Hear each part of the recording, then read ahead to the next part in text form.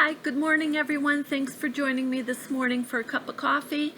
I am happy to have you on board, and I am still working on the exhibit for my sashiko projects that I want to show you, and also for some crochet projects, a good number of them actually. But in the meantime, a really good friend of mine had asked me, how do you do the jean bags? And she wants to do jean bags and make her own and sell them, and I think that's a wonderful idea. And taking our recycled fabrics and making them into something functional is the key. That's the key to deterring a whole bunch of waste and recycling and using things that we always need. So I wanted to show you a couple of jean bags that I made this past year, and they're super simple. I'm going to describe to you how I made them.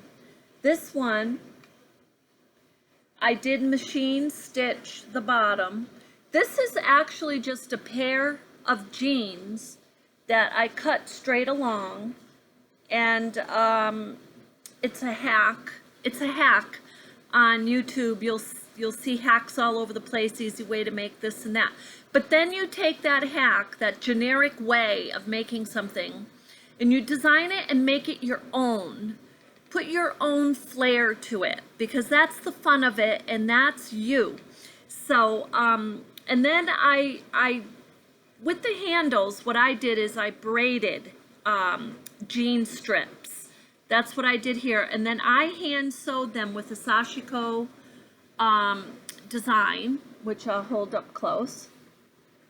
Now in the back, because these particular jeans, most of them do, but these had nice back pockets. So this is a nice bag. And the flower, that is just simply, I cut the petals, and I kind of use designs that I use to make flowers from crochet.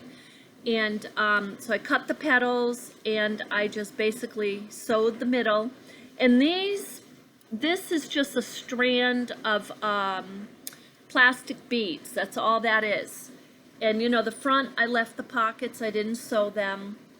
I did sew up the button here because you don't want that to be coming undone. And there's lots of ways to do this. You can cut the jean pieces and piece them together. You don't have to use, I did this because it was a quick way to make a bag. And now this other bag, again, I also used my sashiko stitching design to design this bag, and I put it right here. And I just thought that was kind of cute. That's the only reason I did it, is I was just spontaneously designing. And again, this flower, I elaborated a little bit, and I put a little button in the middle, and I really like that. Over here, this was a piece of material that, this one, I had stamped the word love onto the material, and then I cut it out and I sewed it.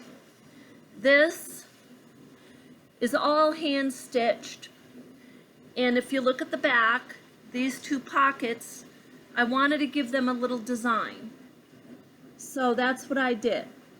Hand stitched. Now the only thing I machine stitched, because I wanted it to be doubly strong, was the bottom here.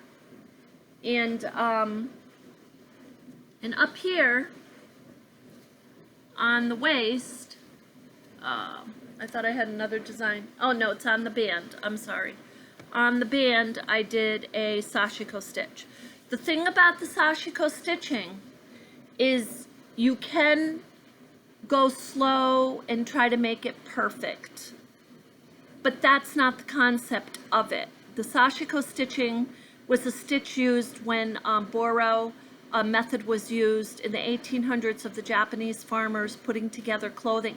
They were working literally in no light, and they were working sometimes very quickly to stitch together garments.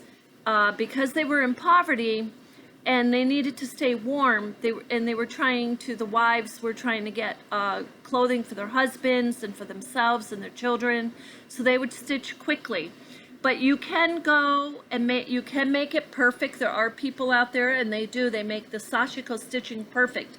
But the concept is you do it as you can't. You do to the best of your ability, and sometimes the sashiko stitching is like that. You're just going along. So that's the art of it, and that's the beauty of it. It's almost beauty in the rawness of creating, you might say. So, whatever artistically strikes you is what you do. And so anyway, I wanted to share that with you because most of this is hand sewn. You can do the whole thing hand sewn. If you do the bottom here hand sewn, you want to use a thicker thread and go back and forth at least 2 times. That's what I do. And if you're doing the machine, I think you should go back and forth 2 times. Some people don't, they go once. I think 2 times.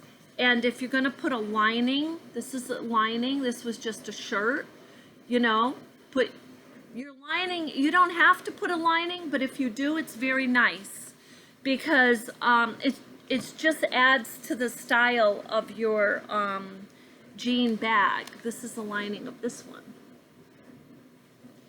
So anyway, I wanted to throw that out there as some inspiration to you, and I hope you have a wonderful weekend. Thank you.